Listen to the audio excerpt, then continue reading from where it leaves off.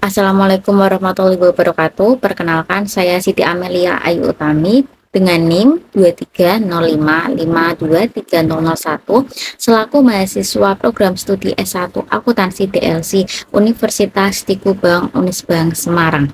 Di sini saya ingin menjelaskan mengenai materi perencanaan pajak dan pengendalian atas unsur beban pokok penjualan dan pengurang penghasilan bruto untuk memenuhi tugas ujian akhir semester mata kuliah perencanaan pajak dengan dosen pengampu Bapak Arif Himawan Dwi Nugroho, SE, AK, MM, CA, SIPA. Jadi sebelum kita mengetahui tentang perencanaan pajak dan pengendalian atas unsur beban pokok penjualan dan pengurang penghasilan bruto, kita harus tahu terlebih dahulu apa itu perencanaan pajak. Nah, menurut Erli Suwandi, perencanaan pajak atau tax planning merupakan langkah awal dalam manajemen pajak yang dilakukan dengan cara mengumpulkan dan meneliti seluruh ketentuan perpajakan yang telah berlaku. Nah, melalui proses tersebut, wajib pajak itu dapat menyeleksi dan menentukan tindakan atau strategi yang tepat untuk melakukan penghematan pajak secara legal. Tujuannya apa? Tujuan utamanya perencanaan pajak adalah meminimalkan kewajiban pajak yang harus dibayar, namun tetap dalam koridor peraturan perundang-undangan perpajakan, sehingga tidak melanggar hukum dan dapat dipertanggungjawabkan secara fiskal. Maka dari itu, menurut Erli Suwandi, perencanaan pajak atau tax planning merupakan langkah awal dalam manajemen pajak. Artinya, sebelum wajib pajak benar-benar melakukan perhitungan pajak, yang harus dilakukan terlebih dahulu adalah mengumpulkan dan mempelajari semua aturan perpajakan yang telah berlaku, mulai dari undang-undang perpajakan, peraturan pelaksanaannya, sampai surat edaran dari Direktorat Jenderal Pajak. Nah, dari proses tersebut kita perlu memahami aturan yang telah berlaku. Jadi wajib pajak kemudian bisa memilih strategi atau tindakan apa yang lebih tepat dan efisien dalam melakukan pembayaran pajak, tentu saja tanpa melanggar aturan. Jadi perencanaan pajak ini bukan penghindaran pajak, namun melakukan penghematan pajak yang dilakukan secara legal. Tujuan utamanya apa? Tujuan utamanya dari perencanaan pajak adalah meminimalkan kewajiban pajak yang harus dibayar, tetapi tetap dalam koridor hukum perpajakan. Dengan kata lain, pajak itu tetap dibayar, namun secara optimal dan sesuai dengan ketentuan yang berlaku, sehingga nantinya juga aman secara fiskal jika suatu saat dilakukan pemeriksaan pajak. Dalam prakteknya, perencanaan pajak bisa dilakukan melalui berbagai cara. Salah satunya adalah dengan mengatur perlakuan biaya, seperti membedakan antara capital expenditure dan revenue expenditure. Untuk pengeluaran yang manfaatnya jangka panjang, seperti pembelian mesin atau bangunan, biaya tersebut dicatat sebagai aset dan dibebankan secara bertahap melalui penyusutan. Nah, sementara itu, biaya yang manfaatnya hanya satu periode langsung dibebankan sebagai beban, sehingga bisa menurunkan laba kena pajak pada periode berjalan. Selain itu, wajib pajak juga bisa melakukan perencanaan perpajakan melalui pemilihan metode persediaan, misalnya metode FIFO atau weighted average atau rata-rata. Jadi meskipun sama-sama diperbolehkan oleh undang-undang perpajakan, kedua metode ini bisa menghasilkan nilai harga pokok penjualan dan laba yang berbeda, yang pada akhirnya berdampak pada besarnya pajak yang harus dibayar. Nah, perencanaan pajak juga dapat dilakukan dengan memilih metode penyusutan aset tetap. Apakah menggunakan metode garis lurus atau menggunakan metode saldo menurun. Tapi pada metode saldo menurun biasanya menghasilkan beban penyusutan yang lebih besar di awal, sehingga laba fiskal menjadi lebih kecil dan pajak terutang juga bisa lebih rendah pada tahun-tahun awal. Tidak hanya itu, peraturan biaya bunga pinjaman juga menjadi bagian dari perencanaan pajak. Dalam ketentuan perpajakan, biaya bunga bisa dibatasi jika wajib pajak memiliki dana dalam bentuk deposito atau tabungan, Sehingga dengan memahami aturan dan pengecualiannya, wajib pajak bisa mengatur struktur pendanaan agar tetap efisien secara pajak. Selanjutnya, ada juga perencanaan pajak melalui pembentukan cadangan tertentu, seperti cadangan piutang tak tertagih, serta pengelolaan biaya entertainment dan biaya promosi. Biaya-biaya ini sebenarnya boleh menjadi pengurang penghasilan, asalkan memenuhi syarat dan dilengkapi dengan administrasi lengkap, seperti daftar nominatif. Jadi secara keseluruhannya perencanaan pajak itu bukan sekedar soal membayar pajak lebih kecil atau lebih besar, tapi ke bagaimana wajib pajak itu bisa mengelola pajaknya secara cerdas, taat aturan, dan terencana. Nah, dengan perencanaan pajak yang baik, perusahaan dan wajib pajak bisa lebih efisien secara keuangan dan terhindar dari masalah pajak di kemudian hari. Nah, selanjutnya materi yang akan kita bahas mengenai bagaimana perlakuan biaya melalui perbedaan antara capital expenditure dan revenue expenditure. Jadi yang akan kita bahas terlebih dahulu yaitu capital expenditure. Nah, capital expenditure ini merupakan alokasi biaya yang direncanakan untuk memperoleh aset tetap yang memiliki masa manfaat lebih dari satu periode akuntansi. Contohnya seperti gudang atau tanah yang akan menjadi aset-aset perusahaan. Aset-aset modal tersebut memiliki umur manfaat yang panjang dan berpengaruh pada peningkatan kapasitas produksi bisnis. Sehingga perlakuan akuntansi pada capital expenditure ini dicatat sebagai aset tetap atau aset tidak berwujud dalam laporan posisi keuangan atau neraca, dan pengakuan bebannya dilakukan secara bertahap melalui penyusutan atau amortisasi selama masa manfaat tersebut. Maka dari itu, capital expenditure yang esensinya adalah investasi strategis perusahaan untuk aset produktif jangka panjang.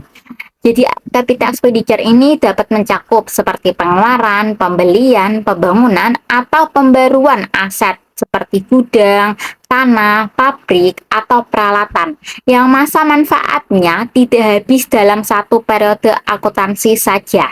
Sehingga dapat bertahan bertahun-tahun untuk tingkatkan kapasitas produksi, efisiensi operasional, dan kualitas layanan. Sehingga ini tuh berbeda sekali dengan biaya operasional yang langsung menjadi beban. Secara akuntansi, capital expenditure ini dicatat sebagai aset tetap atau tidak berwujud pada neraca laporan posisi keuangan. Bebannya diakui bertahap melalui penyusutan untuk aset berwujud atau amortisasi untuk aset tidak berwujud. Sesuai seperti prinsip pencocokan, yaitu biayanya dibebankan seiring masa manfaatnya yang dihasilkan aset tersebut. Misalkan mesin seharga 1 miliar dengan umur manfaat 10 tahun disusutkan 100 juta per tahun dengan metode garis lurus. Sehingga dalam konteks perencanaan pajak, capital expenditure ini bisa menjadi senjata ampuh karena pengeluaran ini tidak langsung dibebankan sebagai biaya, tetapi mengurangi penghasilan kena pajak secara berkelanjutan melalui penyusutan fiskal pasal 11 Undang-Undang Pajak Penghasilan. Dengan menggunakan strategi kunci tersebut, yaitu memilih waktu pembelian aset pada akhir tahun untuk memaksimalkan penyusutan yang terjadi tahun depan.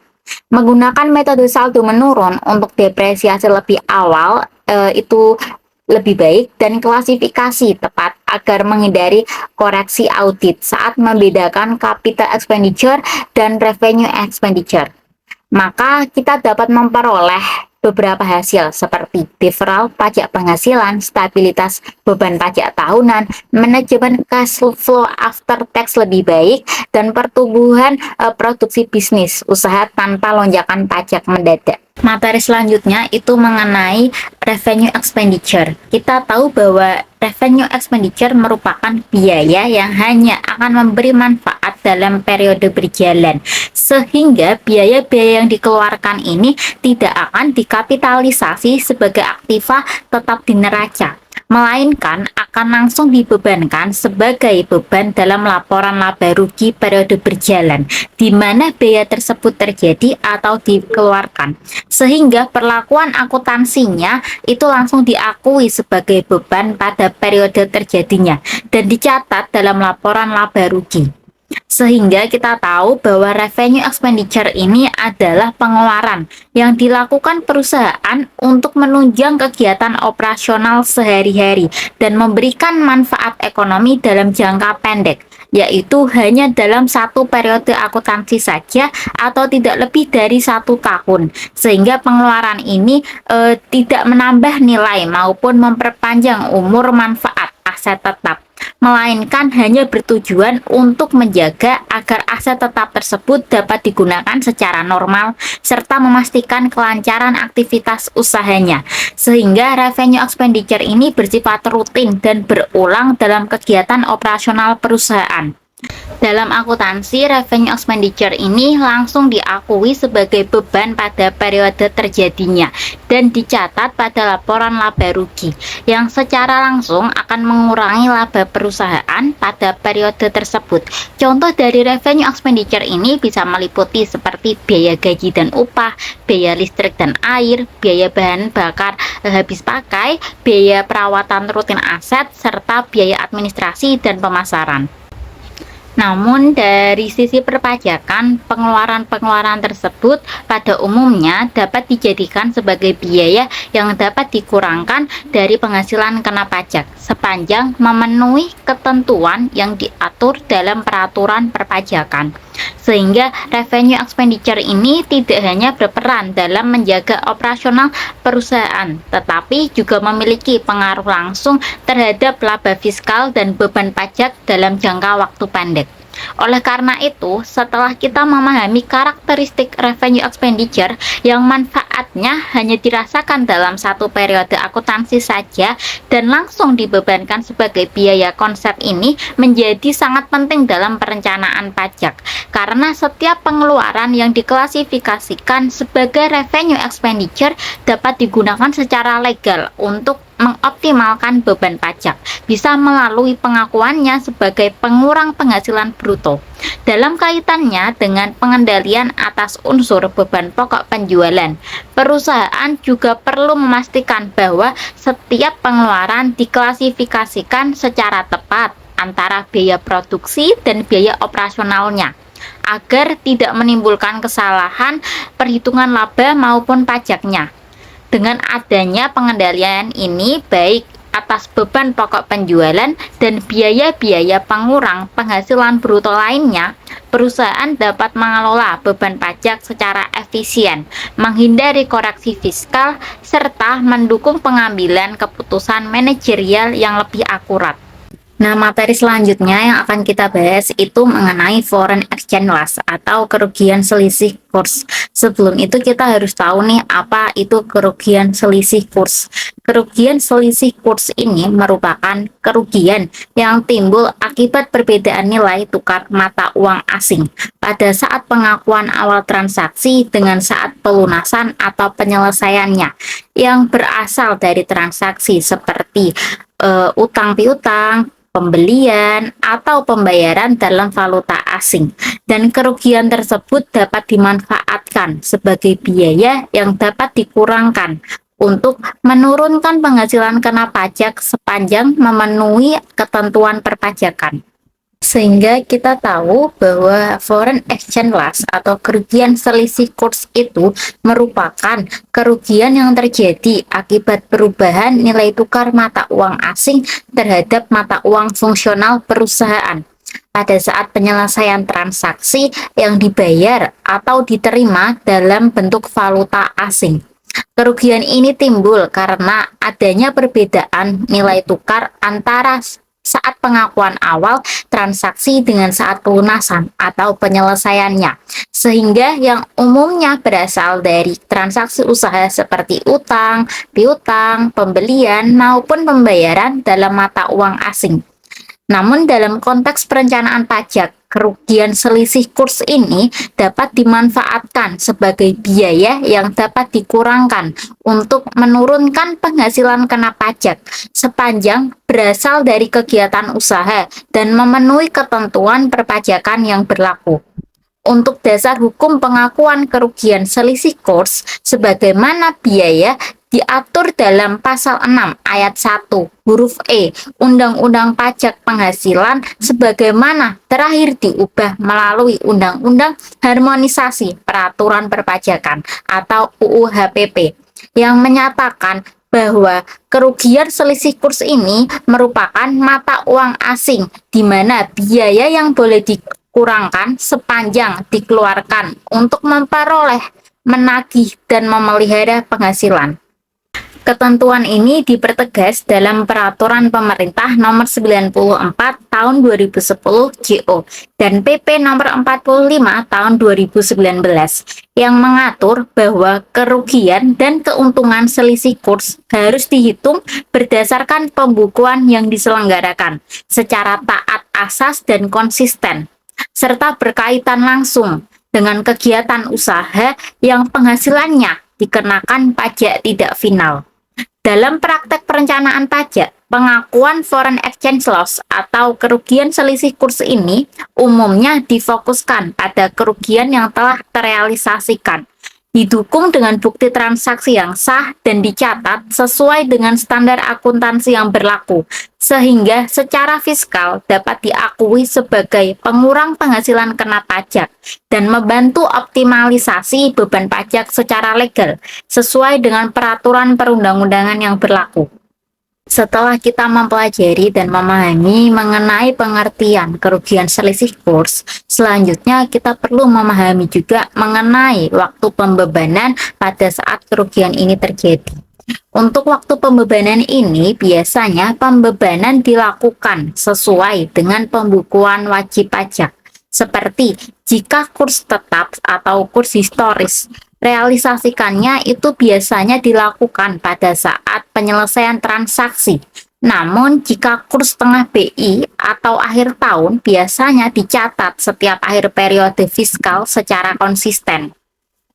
Sehingga dalam perpajakan, kapan kerugian selisih kurs ini boleh dibebankan sebagai biaya itu tergantung pada cara wajib pajak mencatat transaksinya dalam pembukuan. Prinsipnya, ketentuan pajak mengikuti pembukuan yang dilakukan secara konsisten. Oleh karena itu, waktu pembebanan kerugian selisih kurs ini ditentukan berdasarkan jenis kurs yang digunakan dalam pembukuan. Kerugian selisih kurs ini merupakan biaya yang boleh dikurangkan dalam perhitungan penghasilan kena pajak sesuai pasal 6 ayat 1 huruf E Undang-Undang Pajak Penghasilan. Artinya, pembebanan kerugian ini mengikuti cara pencatatan dalam pembukuan wajib pajak. Jika pembukuan menggunakan kurs histori atau kurs tetap, maka kerugian selisih kurs ini baru diakui pada saat transaksi benar-benar terrealisasikan. Namun, apabila pembukuan menggunakan kurs tengah Bank Indonesia atau kurs yang berlaku pada akhir tahun, maka kerugian selisih kurs ini dapat diakui dan dibebankan pada setiap akhir tahun pajak sesuai dengan kurs tersebut. Artinya, jika wajib pajak menggunakan kurs historis atau kurs tetap, maka selisih kurs baru diakui sebagai kerugian pajak ketika transaksi itu benar-benar telah selesai semua. Misalnya, saat utang dilunasi atau piutang diterima. Namun, jika wajib pajak menggunakan kurs tengah Bank Indonesia atau kurs akhir tahun, maka selisih kurs sudah bisa diakui sebagai kerugian pada setiap akhir tahun pajak, walaupun transaksi tersebut belum selesai. Yang penting, metode pencatatan kurs ini harus diterapkan secara konsisten dari tahun ke tahun, agar tidak menimbulkan koreksi dalam pemeriksaan pajaknya. Selanjutnya, kita akan mempelajari mengenai pemilihan metode pada pajak persediaan. Menurut Undang-Undang Pajak Penghasilan Pasal 10 Ayat 6, ada dua metode yang dapat digunakan wajib pajak dalam menilai persediaan barang dan pemakaian persediaan.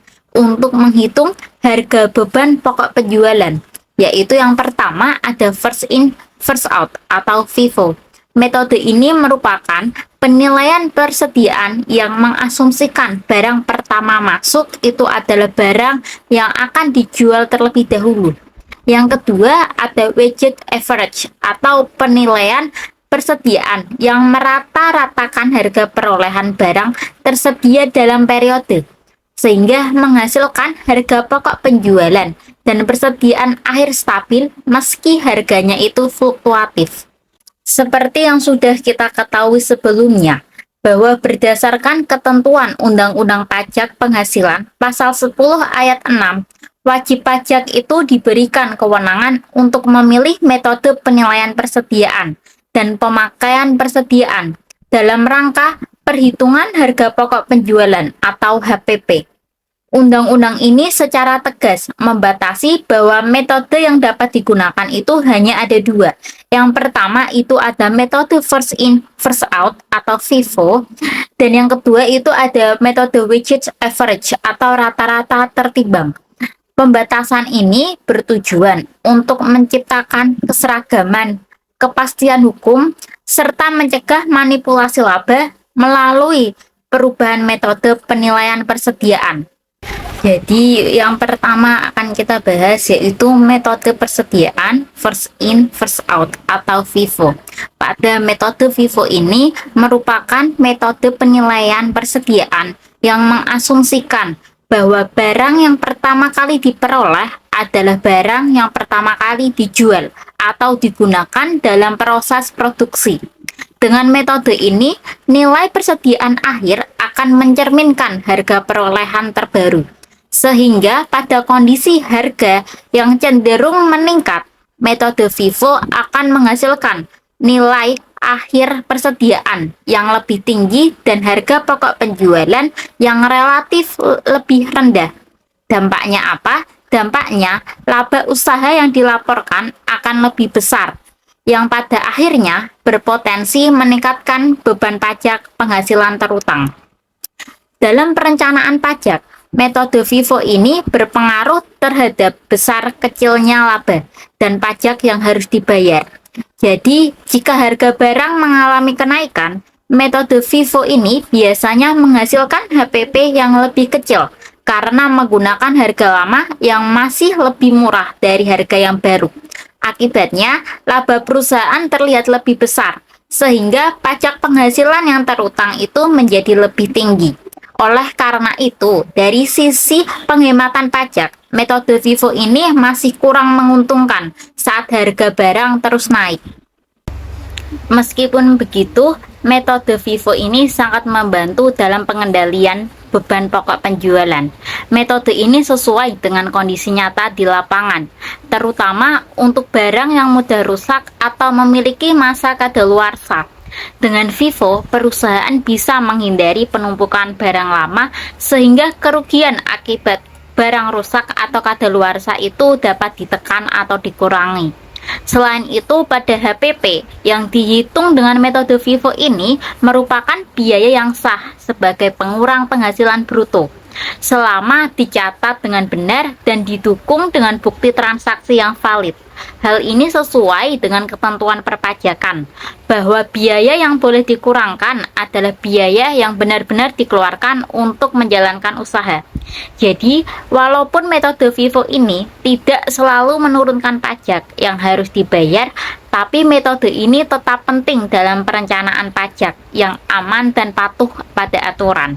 FIFO membantu perusahaan mengendalikan HPP dengan baik, menjaga laporan keuangan tetap wajar, dan memastikan biaya yang dikurangkan dari penghasilan bruto itu sesuai dengan ketentuan perpajakan. Sementara itu, pada metode average atau rata-rata tertimbang yang menghitung harga persediaan dengan cara merata-ratakan seluruh harga barang yang tersedia, sehingga metode ini membuat nilai HPP dan laba menjadi lebih stabil karena tidak terlalu berpengaruh oleh perubahan harga. Biasanya pajak yang dihasilkan pada metode ini juga lebih seimbang. Namun dalam perencanaan pajak, metode rata-rata tertimbang ini dapat membantu perusahaan dalam mengendalikan besar kecilnya laba dan pajak yang terutang, sehingga mengakibatkan ketika kondisi harga barang yang cenderung naik, metode ini biasanya menghasilkan HPP yang lebih besar dibandingkan dengan FIFO. Namun metode ini juga lebih stabil, karena HPP yang lebih besar berarti laba menjadi lebih kecil, sehingga pajak penghasilan yang harus dibayarkan juga dapat ditekan secara legal. Selain itu, kita juga harus mengetahui dari sisi pengendalian beban pokok penjualan. Metode average ini atau metode rata-rata ini membuat perhitungan harga pokok penjualan menjadi lebih stabil dan tidak terlalu berfluktuasi. Hal ini juga memudahkan manajemen dalam merencanakan biaya, mengontrol laba, dan mengevaluasi kinerja perusahaan. Karena perubahan harga tidak langsung menyebabkan lonjakan harga pokok penjualan yang signifikan. Selain itu, HPP yang dihitung dengan metode rata-rata tertimbang ini atau average ini merupakan biaya yang dapat dikurangkan dari penghasilan bruto selama perhitungannya dilakukan secara konsisten dan didukung oleh bukti transaksi yang lengkap dan valid. Hal ini sesuai dengan ketentuan perpajakan bahwa biaya usaha yang wajar dan benar dapat digunakan sebagai pengurang penghasilan bruto. Jadi, pada metode average ini atau rata-rata tertimbang ini cukup menguntungkan dalam perencanaan pajak. Karena apa? Karena dapat membantu menekan laba kena pajak secara wajar tanpa melanggar aturan perpajakan yang berlaku. Metode ini juga mendukung pengendalian harga pokok penjualan yang lebih baik dan menjaga laporan keuangan tetap stabil, sehingga perusahaan juga dapat mengoptimalkan beban pajak secara legal dan terkontrol.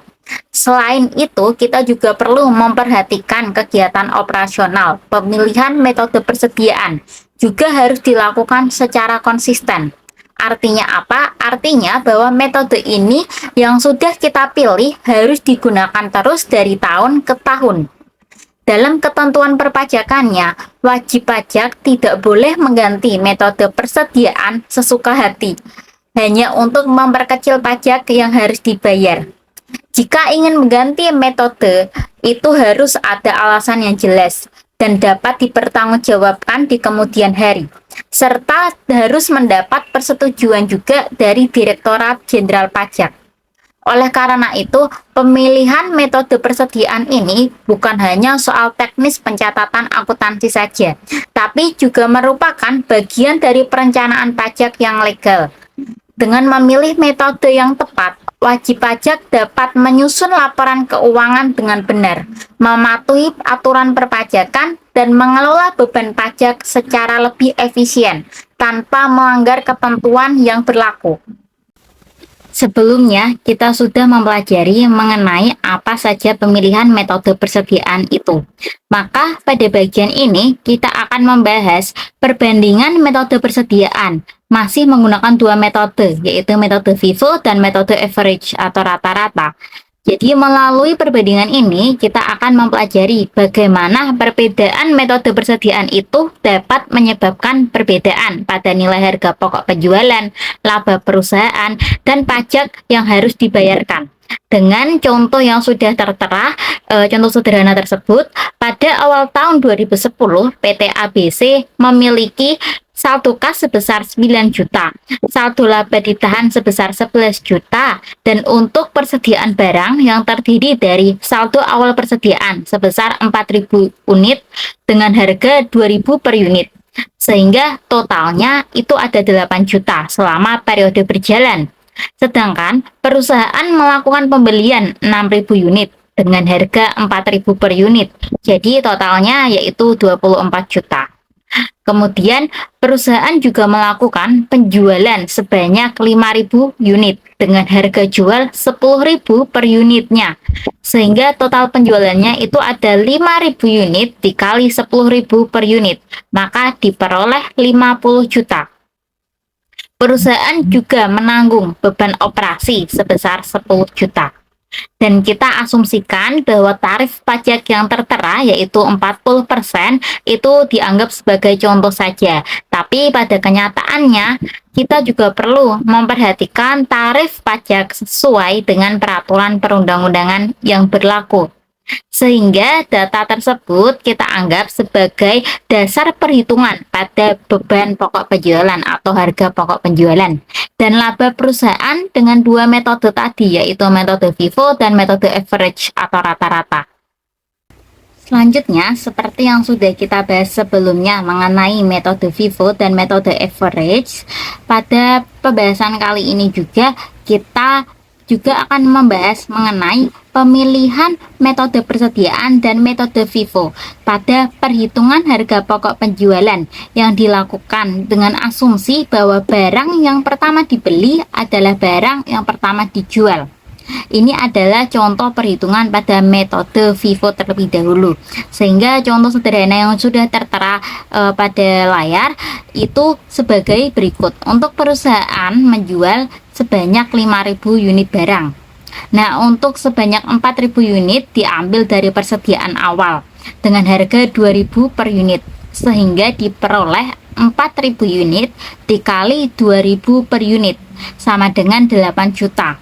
Karena persediaan ini merupakan barang yang masuk lebih dahulu, seperti itu. Untuk sisanya sebanyak 1.000 unit diambil sebagai pembelian baru dengan harga 4.000 per unit, maka diperoleh 1.000 unit dikali 4.000 unit sama dengan 4 juta. Sehingga untuk total harga pokok penjualan dalam metode FIFO ini yaitu 8 juta tadi ditambah 4 juta sama dengan 12 juta. Untuk nilai ini lebih rendah karena sebagian besar barang yang dijual masih menggunakan harga lama. Akibatnya harga tersebut masih relatif lebih murah. Selanjutnya itu ada perhitungan metode average atau rata-rata.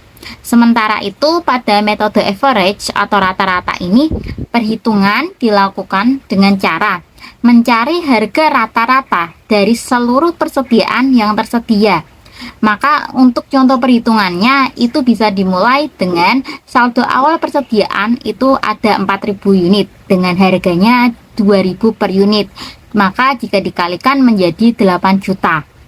Lalu ada pembelian sebanyak 6.000 unit dengan harga 4.000 per unit sehingga diperoleh 24 juta. Lalu untuk total keseluruhan harga barangnya itu ada 36 juta yang diperoleh dari 24 juta ditambah 8 juta dengan kuantiti 10.000 unit.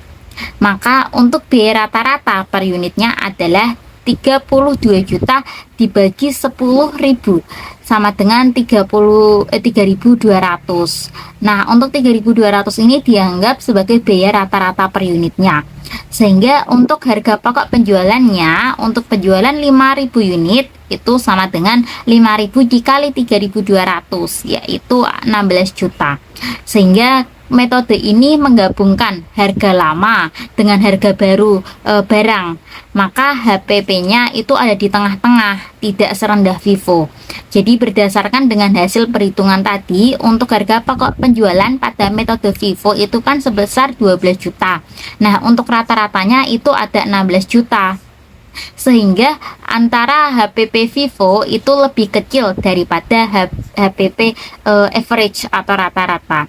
Maka jika kita lihat dari sisi perpajakan itu lebih cenderung memilih metode average atau rata-rata karena harga pokok penjualan pada metode rata-rata ini lebih tinggi sehingga mampu membantu menekan beban pajak secara lebih legal, seperti itu.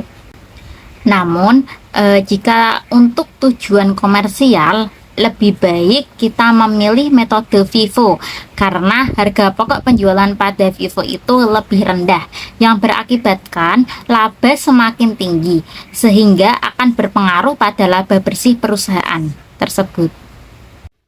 Setelah kita menghitung harga pokok penjualan untuk metode FIFO dan rata-rata pada pembahasan kita sebelumnya, selanjutnya kita akan membahas mengenai perhitungan laba bersih untuk masing-masing metode. Untuk perhitungan laba bersih pada contoh ini dilakukan dengan dua metode penilaian persediaan, yaitu metode rata-rata dan metode FIFO. Pada kedua metode ini, nilai penjualan yang diperoleh perusahaan itu sama, yaitu sebesar 60 juta. Namun perbedaan mulai terlihat pada harga pokok penjualan. Dengan metode rata-rata, harga pokok penjualannya tercatat sebesar 16 juta. Sedangkan dengan metode FIFO, harga pokok penjualannya itu lebih rendah, yaitu 12 juta. Perbedaan ini menjadi penyebab margin laba yang dihasilkan juga berbeda, di mana metode rata-rata menghasilkan margin labanya sebesar 44 juta. Sementara metode FIFO menghasilkan margin labanya yang lebih tinggi, yaitu 48 juta. Namun, setelah dikurangi oleh beban operasi yang sama untuk kedua metode, yaitu 10 juta, maka diperoleh laba sebelum pajak sebesar 34 juta untuk metode rata-rata dan 38 juta untuk metode FIFO. Karena laba sebelum pajak dengan metode FIFO itu lebih besar, maka pajak penghasilan yang harus dibayarkan juga lebih tinggi dengan tarif pajak 40% seperti pada asumsi kita di awal.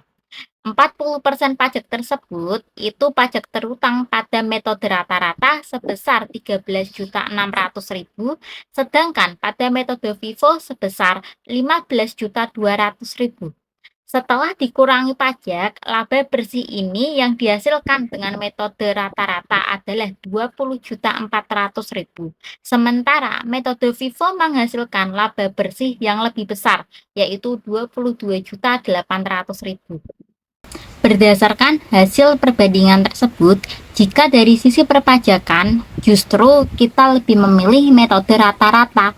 Karena apa? Karena menghasilkan laba yang lebih rendah, sehingga pajak penghasilan ini yang terutang juga lebih kecil. Dengan demikian, metode rata-rata ini dapat digunakan sebagai bagian dari strategi perencanaan pajak untuk menekan beban pajak secara legal. Selama metode tersebut diterapkan secara konsisten dan sesuai dengan ketentuan akuntansi serta peraturan perpajakan yang berlaku. Sedangkan ketika kita melihat dari sisi komersial, perusahaan itu cenderung lebih memilih metode FIFO karena metode ini menghasilkan laba bersih yang lebih tinggi. Laba yang lebih besar mencerminkan kinerja perusahaan yang terlihat lebih baik di laporan keuangan, sehingga dapat meningkatkan kepercayaan investor, kreditur, maupun pihak manajemen dalam menilai profitabilitas perusahaan. Kemudian, setelah kita mengetahui perhitungan harga pokok penjualan dan laba bersih dari kedua metode persediaan itu, maka kita perlu memperhatikan summary pada tabel yang sudah tersedia, yang menunjukkan perbandingan hasil keuangan perusahaan jika menggunakan metode rata-rata dan metode FIFO. Namun, perbedaan utama dari kedua metode ini terletak pada nilai persediaan akhirnya, yang kemudian berpengaruh pada harga pokok penjualan, laba, dan pajak. Sedangkan pada metode rata-rata, persediaan akhir dinilai lebih rendah, yaitu sebesar 8 juta. Yang berakibat apa? Akibatnya harga pokok penjualannya menjadi lebih tinggi, sehingga margin laba yang diperoleh perusahaan adalah 44 juta. Dari laba tersebut, setelah dihitung pajak penghasilan sebesar 40%, seperti asumsi kita di awal, pajak yang harus dibayarkan adalah 13.600.000 dan laba bersih yang diperoleh perusahaan yang dihitung menjadi 20.400.000. Dari laba bersih ini sebesar 60% akan disimpan sebagai laba ditahan, yaitu sebanyak 12.240.000. Dan sisanya tercermin dalam kas perusahaan yang dihitung dengan rumus kas, yaitu penjualan dikurangi harga pokok penjualan, dikurangi beban operasi, dan dikurangi pajak. maka diperoleh nominal 20.400.000. Sebaliknya, pada metode FIFO, nilai persediaan akhir itu lebih tinggi, yaitu 12 juta. Nilai persediaan yang lebih tinggi ini membuat harga pokok penjualan lebih rendah, sehingga margin laba perusahaan menjadi lebih besar, yaitu sebanyak 48 juta. Karena itu, laba yang dihasilkan juga lebih besar. Pajak penghasilan yang dibayarkan juga lebih tinggi, yaitu 15.200.000. Setelah pajak ini, laba bersih perusahaan dengan metode FIFO adalah 22.800.000. Dari jumlah tersebut, 60%-nya itu akan ditahan sebagai laba ditahan sebesar 13.680.000 dan sisanya yang terlihat sebagai kas perusahaan sebanyak 22.800.000. Ketika kita melihat dari sisi komersial, perusahaan biasanya akan lebih memilih menggunakan metode FIFO. Karena apa? Karena laba ditahan dan kas perusahaan yang dihasilkan itu lebih besar, sehingga laporan keuangannya terlihat lebih baik dan menunjukkan kinerja perusahaan yang lebih kuat. Namun ketika kita melihat dari sisi perpajakannya, perusahaan itu kadang cenderung memilih metode rata-rata karena laba yang dihasilkan itu lebih kecil, sehingga pajak yang perlu dibayarkan oleh perusahaan itu lebih rendah. Oleh karena itu, pemilihan metode persediaan itu harus disesuaikan dengan tujuan perusahaan, baik untuk menampilkan kinerja keuangan yang baik maupun untuk mengelola beban pajak secara efisien dan tetap sesuai dengan ketentuan yang berlaku. Setelah kita mempelajari pemilihan metode persediaan sebelumnya, selanjutnya materi yang akan kita bahas yaitu mengenai pemilihan metode penyusutan. Pada metode penyusutan ini, terutama penyusutan harta berwujud. Menurut ketentuan perpajakan yang diatur dalam pasal 11 Undang-Undang Pajak Penghasilan, karena dalam prakteknya, ketika perusahaan membeli aset seperti mesin, kendaraan, atau bangunan, biasanya biaya perolehan asetnya tidak langsung dibebankan sekaligus, tetapi dialokasikan sebagai biaya secara bertahap melalui mekanisme penyusutan. Tujuannya apa? Tujuan penyusutan ini adalah agar pembebanan biaya mencerminkan manfaat ekonomis aset selama masa penggunaannya. Dalam ketentuan perpajakan, penyusutan dilakukan berdasarkan masa manfaat dan tarif yang telah ditetapkan oleh Direktorat Jenderal Pajak dan disajikan dalam tabel penyusutan harta berwujud yang sudah saya tampilkan pada slide materi ini. Melalui tabel tersebut, harta berwujud dikelompokkan ke dalam 4 kelompok dengan masa manfaat yang berbeda. Seperti untuk kelompok pertama, masa manfaatnya adalah 4 tahun dengan tarif 25% untuk garis lurus atau 50% untuk metode saldo menurun. Sedangkan untuk kelompok kedua, masa manfaatnya itu 8 tahun dengan tarifnya 12,5% untuk garis lurus atau 25% untuk saldo menurun. Yang ketiga, kelompok 3 itu ada masa manfaat 16 tahun dengan tarif 6,25% untuk garis lurus atau 12,5% untuk saldo menurun. Dan yang terakhir itu ada kelompok 4, yaitu dengan masa manfaat 20 tahun dengan tarif 5% garis lurus atau 10% saldo menurun. Sementara untuk bangunan permanen, tarif garis lurusnya yaitu 5% dengan masa manfaatnya 20 tahun dan bangunan sementara itu 10% dengan masa manfaat 10 tahun. Untuk selanjutnya kita masuk ke dalam metode penyusutan yang digunakan untuk menghitung besarnya beban penyusutan setiap tahun. Seperti menurut pasal 11 Undang-Undang Pajak Penghasilan, ada 2 metode penyusutan, yaitu metode garis lurus yang seperti kita bahas tadi dan metode saldo menurun yang akan kita bahas terlebih dahulu. Sehingga Materi yang pertama akan kita bahas yaitu mengenai metode penyusutan. Metode penyusutan ini merupakan metode yang membebankan penyusutan dengan jumlah yang sama setiap tahunnya selama masa manfaat aset tersebut dan berdasarkan kepada harga perolehan. Sehingga metode garis lurus ini merupakan salah satu metode penyusutan yang diatur dalam pasal 11 Undang-Undang Pajak Penghasilan.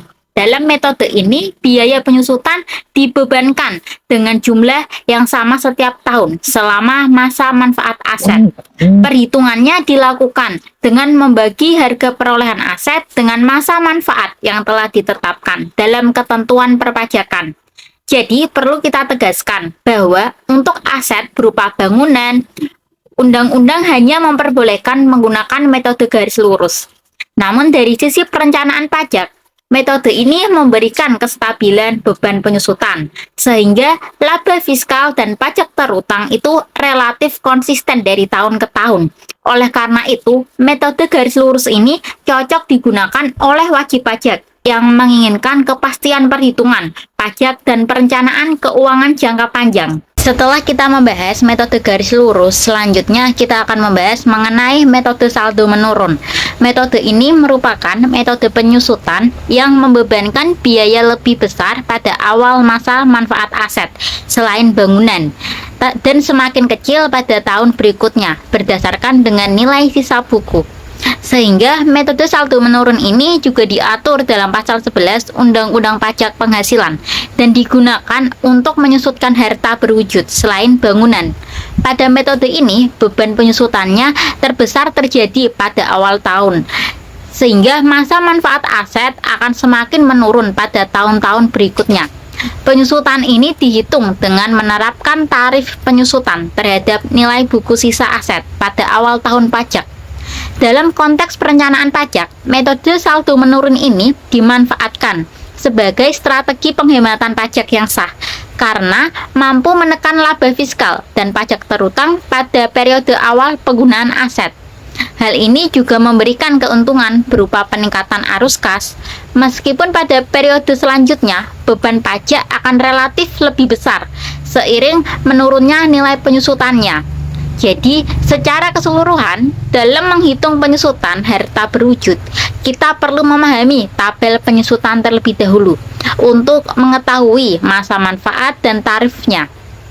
Kemudian, kita juga perlu menerapkan metode penyusutan yang sesuai dengan ketentuan pasal 11 Undang-Undang PPh dengan mengikuti aturan dan urutan yang sesuai. Perhitungan penyusutan menjadi lebih mudah, tertib, dan sesuai dengan ketentuan perpajakan. Materi selanjutnya mengenai perbandingan metode garis lurus dan metode saldo menurun. Sebelum kita masuk ke perhitungannya, perlu kita ketahui bahwa meskipun contoh ini menggunakan tahun perolehan aset yang sudah lama, yaitu tahun 2008, namun dasar perhitungan penyusutan yang digunakan tetap mengacu pada ketentuan perpajakan yang berlaku saat ini. Sehingga dikarenakan aturan mengenai klasifikasi aset, masa manfaat, dan tarif penyusutan fiskal untuk aset berwujud bukan bangunan, khususnya mesin yang termasuk ke dalam kelompok 2, tidak mengalami perubahan. Oleh karena itu, perhitungan ini masih dapat kita gunakan sebagai contoh sederhana dalam perbandingan metode garis lurus dan metode saldo menurun. Pada tabel yang sudah tertera, yaitu tabel PT ABC memiliki aset berupa mesin yang dibeli pada 1 Januari 2008 dengan harga perolehan 300 juta dan masa manfaat fiskalnya yaitu 8 tahun yang terkategori ke dalam kelompok 2. Dalam perpajakannya, perusahaan ini diperbolehkan memilih metode penyusutan garis lurus atau saldo menurun sesuai dengan ketentuan pajak yang berlaku. Jadi, karena masa manfaatnya yaitu 8 tahun, kita perlu melakukan penyusutan selama 8 tahun dari tahun 2008 sampai dengan 2015. Selanjutnya, kita hitung kedua metode tersebut. Yang pertama yaitu metode garis menurun. di mana metode ini membebankan biaya penyusutan dalam jumlah yang sama setiap tahunnya. Sehingga berdasarkan pajak, rumus metode garis lurus yaitu harga perolehan 300 juta dibagi masa manfaatnya yaitu 8 tahun. Maka diperoleh biaya sebesar 37.500.000, di mana biaya tersebut selama 8 tahun akan selalu sama karena bebannya juga sama. Maka penghematan pajak atau efisiensi PPh Badan 25% juga tetap setiap tahunnya, yaitu 9.375.000. Metode ini cocok bagi perusahaan yang menginginkan perhitungan pajak yang stabil dan mudah diprediksi.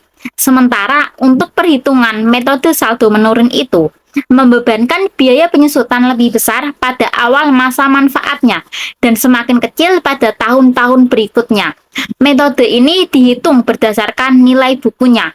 Misal, untuk tahun pertama 2008 dihitung dengan 2 garis lurus. Jadi nilai perolehannya 300 juta dibagi masa manfaat 8 tahun dikali 2, maka diperoleh 75 juta. Untuk tahun kedua yaitu tahun 2009 dihitung dengan harga perolehan 300 juta dikurangi dengan akumulasi penyusutan tahun pertama, maka diperoleh 56.250.000 dan seterusnya dihitung melalui nilai bukunya. Dampaknya apa? Dampaknya mengakibatkan efisiensi PPh pada awal tahun juga lebih besar, yaitu 18.750.000 rupiah. Di sisi tujuan perpajakannya, metode saldo menurun memberikan keuntungan pajak di awal periode karena biaya penyusutan yang besar dapat mengurangi laba fiskal, sehingga pajak terutangnya menjadi lebih kecil, di mana pada tahun-tahun awal, yaitu tahun 2008 sampai 2010, saldo menurun memberikan penghematan pajak yang lebih besar dibandingkan metode garis lurus. Namun pada tahun-tahun berikutnya, penyusutan saldo menurun semakin kecil. Akibatnya, efisiensi pajak saldo menurun juga ikut turun, dan bahkan lebih kecil dibandingkan metode garis lurus, yang ditunjukkan dengan angka perbedaan negatif pada beberapa tahun. Artinya, beban pajak pada tahun-tahun akhir akan relatif lebih besar jika menggunakan saldo menurun. Secara keseluruhan, total manfaat pajak dalam jangka panjang sebenarnya sama. Yang berbeda hanyalah waktu pengakuan bebannya. Metode saldo menurun lebih menguntungkan dari sisi perencanaan pajak jangka pendek, sedangkan metode garis lurus lebih sesuai untuk stabilitas beban pajak. Dengan demikian, pemilihan metode penyusutan dalam perpajakan bukan untuk menghindari pajak, tapi sebagai strategi perencanaan pajak yang legal agar perusahaan dapat mengatur arus kas dan kewajiban pajaknya secara lebih efisien sesuai dengan kondisi perusahaan. Materi yang akan kita bahas selanjutnya yaitu menyiasati perlakuan beban biaya bunga. Berdasarkan Surat Edaran Direktur Jenderal Pajak SE 46/PJ4/1995, biaya bunga pinjaman pada prinsipnya dapat dibebankan sebagai biaya yang dapat dikurangkan dari penghasilan bruto sepanjang pinjaman tersebut digunakan untuk kegiatan usaha atau untuk memperoleh, menagih, dan memelihara penghasilan. Namun, ketentuan ini juga memberikan pembatasan apabila wajib pajak memiliki dana yang ditempatkan dalam bentuk deposito berjangka atau tabungan. Jadi, apabila jumlah rata-rata pinjaman sama dengan atau lebih kecil dari jumlah rata-rata dana yang ditempatkan, maka seluruh biaya bunga pinjaman tidak dapat dibebankan secara fiskal, karena wajib pajak tidak dianggap memerlukan pinjaman secara ekonomi. Sebaliknya, apabila jumlah rata-rata pinjaman lebih besar daripada dana yang ditempatkan, maka biaya bunga yang dapat dibebankan hanya sebesar bunga atas selisih pinjaman tersebut. Sedangkan bunga atas bagian pinjaman yang sebanding dengan dana deposito atau tabungan tetap tidak dapat dikurangkan. Ketentuan ini penting dalam perencanaan pajak karena membantu wajib pajak mengatur agar biaya bunga pinjaman tetap bisa diakui sebagai pengurang pajak. Artinya, perusahaan harus memastikan bahwa pinjaman yang digunakan benar-benar untuk kebutuhan usaha seperti membeli bahan baku, membiayai proses produksi, atau kegiatan operasional lainnya yang berhubungan dengan beban pokok penjualan. Selain itu, perusahaan juga perlu mengendalikan penempatan dana. Jadi, jika perusahaan memiliki dana yang besar di deposito atau tabungan, sementara di sisi lain memiliki pinjaman berbunga, maka secara pajak biaya bunga tersebut tidak bisa diakui sebagai biaya. Akibatnya laba kena pajak menjadi lebih besar. Oleh karena itu, dalam prakteknya, perusahaan perlu menyeimbangkan antara penggunaan pinjaman dan penyimpanan dana dengan pengelolaan yang baik. Biaya bunga pinjaman dapat dimanfaatkan optimal sebagai pengurang penghasilan bruto yang sah, sekaligus menjaga efisiensi beban usaha dan beban pokok penjualan sesuai dengan ketentuan perpajakan. Selanjutnya, pada materi ini kita masih membahas mengenai menyiasati beban perlakuan biaya bunga. Pada pembahasan kali ini, kita tahu bahwa ketentuan ini juga menetapkan beberapa pengecualian yang memungkinkan biaya bunga pinjaman dapat dibebankan sebagai biaya sesuai dengan pasal 6 ayat 1 Undang-Undang Pajak Penghasilan. Pengecualian tersebut berlaku yang pertama apabila dana pinjaman ditempatkan dalam rekening giro yang penghasilannya dikenakan pajak final. Yang kedua, apabila terdapat kewajiban untuk menempatkan sejumlah dana tertentu pada bank dalam bentuk deposito atau tabungan, semata-mata untuk memenuhi persyaratan tertentu, seperti pencadangan biaya reklamasi yang wajib disimpan pada bank pemerintah. Dan yang ketiga, apabila wajib pajak dapat membuktikan bahwa dana yang ditempatkan dalam deposito atau tabungan yang berasal dari tambahan modal yang bersumber dari sisa laba setelah pajak. Sehingga perlu kita jabarkan atau kita bahas mengenai pengecualian-pengecualian tersebut. Yang pertama yaitu pengecualian yang berlaku apabila dana pinjaman ditempatkan dalam bentuk rekening giro sepanjang penghasilan berupa jasa tersebut telah dikenakan pajak yang bersifat final. Dalam kondisi ini, penempatan dana pada rekening giro tidak dianggap sebagai bentuk penimbunan dana yang dapat menggugurkan pengakuan biaya bunga karena secara fiskal penghasilan ini telah dipajaki secara final dan dana tersebut tetap digunakan untuk mendukung kegiatan operasional perusahaan. Yang kedua, pengecualian kedua ini diberikan apabila terdapat kewajiban bagi wajib pajak untuk menempatkan dana dalam jumlah tertentu pada bank dalam bentuk deposito atau tabungan untuk semata-mata memenuhi ketentuan atau persyaratan tertentu. Contohnya adalah kewajiban penyediaan cadangan biaya reklamasi yang harus ditempatkan dalam bentuk deposito atau tabungan pada bank pemerintah.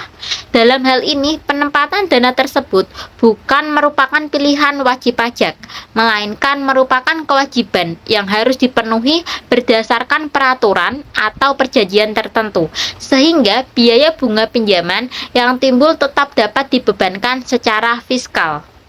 Sedangkan untuk pengecualian ketiga berlaku apabila wajib pajak dapat membuktikan bahwa dana yang ditempatkan dalam bentuk deposito atau tabungan itu berasal dari tambahan modal yang bersumber dari sisa laba setelah pajak. Sehingga dalam kondisi ini, dana tersebut tidak berasal dari pinjaman, melainkan merupakan hasil akumulasi laba perusahaan yang telah dikenakan pajak. Oleh karena itu, keberadaan deposito atau tabungan tersebut tidak dapat dijadikan dasar untuk menolak pengakuan biaya bunga pinjaman sebagai biaya yang dapat dikurangkan. Sehingga dengan adanya pengecualian ini dapat disimpulkan bahwa pembatasan biaya bunga pinjaman tidak diterapkan secara kaku, melainkan tetap mempertimbangkan substansi ekonomi dengan tujuan penggunaan dana serta sumber dana yang ditempatkan oleh wajib pajak, sehingga wajib pajak dapat menjalankan prinsip keadilan dan kepastian hukum dalam perpajakan. Materi selanjutnya ini mengenai cadangan kerugian piutang tak tertagih. Pada materi ini, berdasarkan pasal 9 ayat 1 huruf C Undang-Undang Pajak Penghasilan, mengatur mengenai perlakuan pajak atas pembentukan dana atau pemupukan dana cadangan.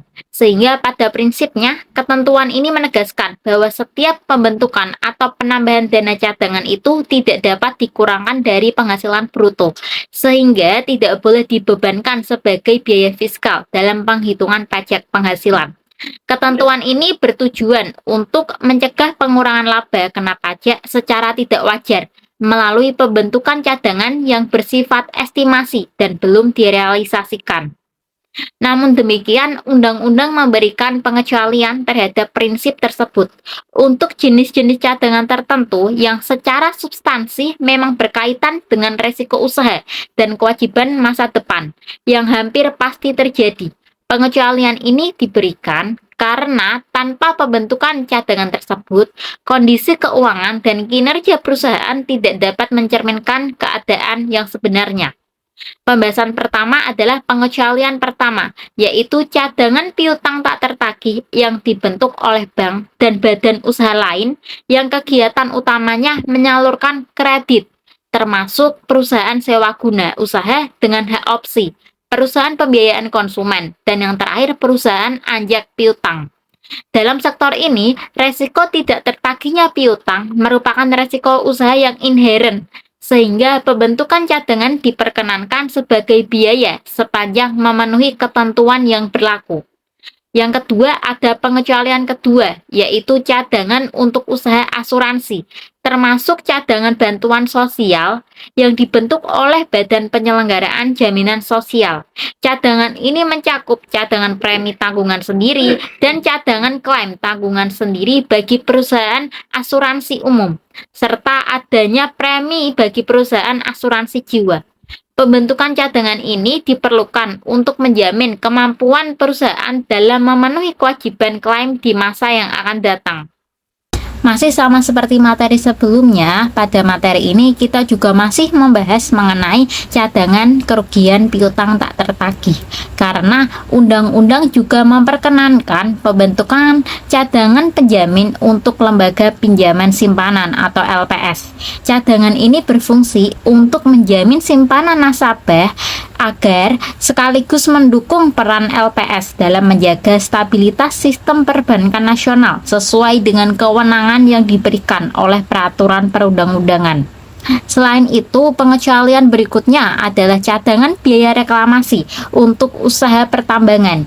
Cadangan ini dibentuk untuk menutup biaya yang akan timbul dari kewajiban reklamasi, yaitu kegiatan pemulihan dan penataan kembali lahan yang mengalami kerusakan akibat aktivitas pertambangan, agar dapat digunakan kembali sesuai dengan peruntukannya.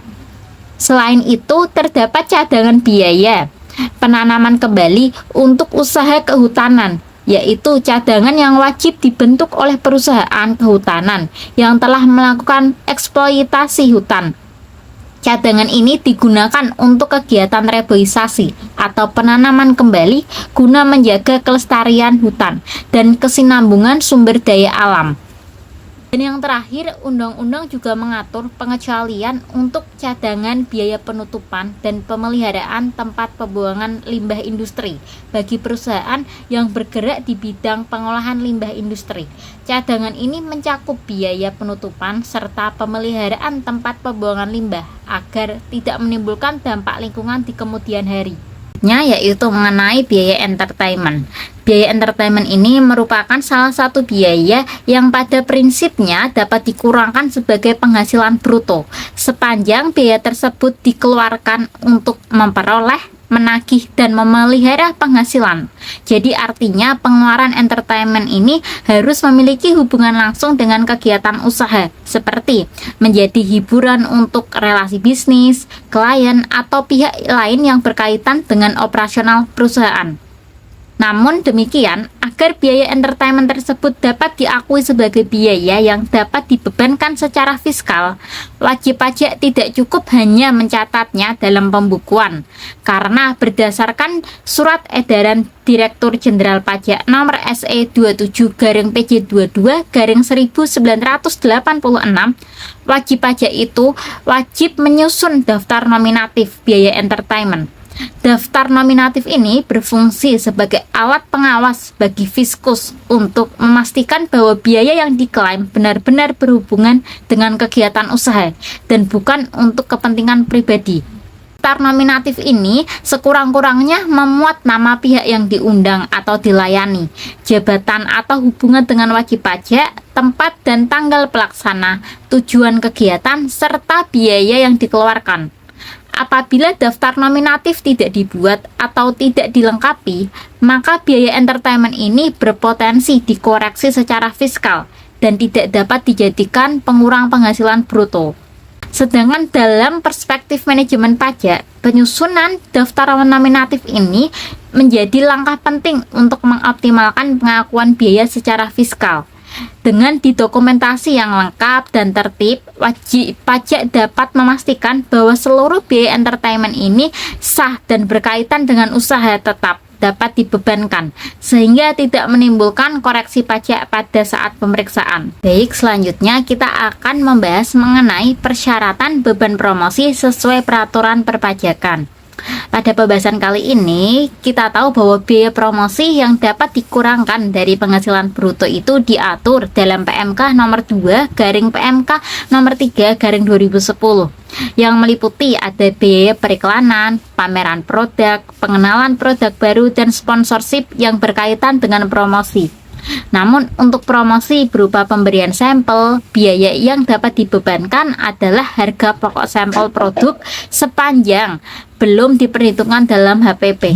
Namun jika pemberian imbalan seperti uang atau fasilitas kepada pihak yang tidak berkaitan langsung dengan kegiatan promosi serta biaya promosi yang bukan objek pajak atau telah dikenai pajak final itu tidak dapat dibebankan. Maka selain itu wajib pajak perlu membuat daftar nominatif biaya promosi sesuai ketentuan dan melampirkan dalam SPT.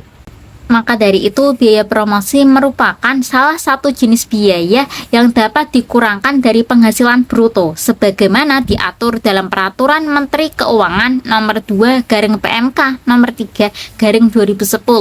Biaya promosi ini dapat dibebankan jika biaya periklanan di berbagai media, biaya pameran produk, biaya pengenalan produk baru, serta biaya sponsorship yang secara langsung berkaitan dengan kegiatan promosi. Apabila promosi dilakukan melalui pemberian sampel produk, maka biaya yang dapat dikurangkan adalah sebesar harga pokok produk sampel itu sepanjang belum diperhitungkan dalam HPP. Namun demikian, biaya promosi yang tidak memiliki hubungan langsung dengan kegiatan promosi atau biaya yang bukan merupakan objek pajak atau misal biaya yang telah dikenai pajak bersifat final tidak dapat dibebankan secara fiskal. Jadi untuk memastikan biaya promosi dapat diakui sebagai pengurang penghasilan bruto, wajib pajak perlu menyusun daftar nominatif biaya promosi sesuai format yang ditetapkan dalam PMK nomor 2 garing PMK nomor 3 garing 2010 dan melampirkan dalam surat pemberitahuan tahunan. Selanjutnya, materi yang akan kita pelajari yaitu mengenai pengujian untuk menguji kebenaran beban pokok penjualan. Dalam materi ini, pemeriksaan beban pokok penjualan atau HPP menggunakan pengujian keterkaitan dengan menelusuri hubungan antara harga pokok penjualan dan akun terkait seperti pembelian, utang usaha, dan persediaan. Melalui pemeriksaan arus barang untuk memastikan pencatatan yang lengkap dan benar, termasuk atas kondisi khusus seperti barang rusak, retur, pemakaian sendiri, dan barang dalam perjalanan. Sehingga secara kuantitatif, beban pokok penjualan diuji dengan rumus harga pokok penjualan sama dengan persediaan awal ditambah pembelian dikurangi persediaan akhir. Selain itu, dilakukan pula pengujian arus utang untuk memastikan kebenaran pembelian kredit dengan perhitungan pembelian sama dengan saldo akhir. Utang usaha ditambah pembelian tunai ditambah pelunasan utang usaha dikurangi saldo awal utang usaha ditambah atau dikurangi penyesuaian. Berdasarkan dengan Peraturan Direktur Jenderal Pajak Nomor Per 04/PJ/2012 menjelaskan bahwa pemeriksaan pajak memiliki berbagai cara atau teknik untuk menemukan data atau informasi. Nah, teknik tersebut antara lain seperti menggunakan data internal dan eksternal Direktorat Jenderal Pajak, memeriksa keabsahan dokumen, atau menganalisis angka-angka, bisa juga dengan menelusuri data dan bukti, atau melakukan pencocokan atau rekonsiliasi. Selanjutnya ada meminta keterangan atau bukti dengan melakukan konfirmasi. Lalu kita juga bisa menggunakan inspeksi atau pemeriksaan fisik, wawancara, uji petik, hingga menggunakan teknik audit dengan bantuan komputer. Untuk menguji kebenaran beban pokok penjualan, pemeriksaan dapat menggunakan pengujian keterkaitan, yaitu pemeriksaan melihat hubungan antara beban pokok penjualan dengan akun-akun lain yang saling berkaitan. Akun yang diperiksa antara lain ada pembelian, utang usaha, serta arus barang masuk dan keluar yang berhubungan dengan persediaan. Nah, untuk pengujian keterkaitan dilakukan dengan memeriksa arus barang, yaitu memastikan bahwa semua barang yang masuk dan keluar gudang sudah dicatat dengan benar. Dalam pemeriksaan ini juga diperhatikan kondisi tertentu seperti barang rusak, pemakaian sendiri, pemberian sampel gratis, retur, pembelian, serta barang masih dalam proses. Secara sederhana, perhitungan beban pokok penjualan dapat dilihat dari saldo awal persediaan, ditambah pembelian, kemudian dikurangi saldo akhir persediaan. Selain itu, pemeriksaan juga bisa menguji melalui arus kas untuk memastikan bahwa pembelian secara kredit telah dicatat dengan benar, dengan membandingkan saldo utang usaha awal dan akhir, pembelian tunai, serta pelunasan utang usaha, termasuk kemungkinan adanya penyesuaian. Bahasan selanjutnya itu mengenai ekualisasi beban pokok penjualan dan beban operasional dengan DPP PPN masukan. Pada prinsipnya, pajak masukan itu seharusnya sebesar 10% dari nilai pembeliannya. Namun, dalam kenyataan sering terjadi selisih. Perbedaan ini dapat disebabkan oleh pembelian dari non-PKP atau pembayaran uang muka sebelum penyerahan barang. Pajak masukan yang berasal dari transaksi selain pembelian barang dagang, serta faktur pajak yang tidak memenuhi syarat untuk dikreditkan. Melalui ekualisasi atau rekonsiliasi, wajib pajak dapat mengidentifikasikan dan menjelaskan selisih tersebut sebagai persiapan menghadapi klarifikasi atau pemeriksaan pajak. Secara teori, pajak masukan yang dimiliki oleh wajib pajak itu seharusnya sebesar 10% dari total pembelian. Karena dalam prakteknya sering terjadi perbedaan antara nilai pajak masukan dan jumlah pembelian yang dicatat. Perbedaan ini dapat terjadi karena beberapa hal. Yang pertama, tidak semua pembelian itu dilakukan dari pengusaha kena pajak, sehingga atas transaksinya wajib pajak tidak menerima faktur pajak. Yang kedua, wajib pajak telah membayar uang muka kepada pemasok, tapi barang tersebut belum diterima, meskipun faktur pajak masukan sudah diterbitkan sesuai dengan ketentuan PPN. Yang ketiga, wajib pajak menerima faktur pajak masukan tidak hanya dari pembelian barang dagang, tetapi dari juga transaksi lain seperti pembelian aset tetap, jasa pengangkutan, dan transaksi lainnya yang mendukung kegiatan usaha. Yang keempat, ada faktur pajak masukan tidak lengkap atau cacat sehingga tidak dapat dikreditkan. Dengan melakukan ekualisasi atau rekonsiliasi, wajib pajak dapat mengetahui adanya perbedaan tersebut dan memahami penyebabnya. Hal ini penting sebagai persiapan apabila wajib pajak diminta memberikan penjelasan atau klarifikasi oleh akun representatif atau saat dilakukan pemeriksaan oleh otorisasi pajak, dan memahami mengenai materi perencanaan pajak dan pengendalian atas beban pokok penjualan serta pengurang penghasilan bruto, kita dapat menyimpulkan bahwa upaya legal untuk mengelola beban pajak agar lebih efektif dan efisien itu sesuai dengan peraturan perpajakan. Hal ini dilakukan melalui pemilihan perlakuan yang tepat seperti pengelompokan capital expenditure, dan revenue expenditure. Lalu ada kerugian selisih kurs yang kita bahas tadi. Lalu selanjutnya ada pemilihan metode penilaian, persediaan, penyusutan, aset tetap, biaya bunga pinjaman, pembentukan cadangan, serta biaya entertainment dan promosi. Dengan pengendalian yang baik pada setiap pembahasan, wajib pajak dapat meningkatkan kepatuhan pajak, mengurangi resiko koreksi fiskal, dan lebih siap menghadapi pemeriksaan pajak. Sebelum saya tutup pembahasan kali ini, saya ingin memberitahu bahwa mempelajari perencanaan pajak dan pengendalian atas beban pokok penjualan itu sangatlah penting bagi perusahaan, karena perusahaan dapat mengatur biaya dengan benar dan sesuai dengan aturan perpajakan yang berlaku.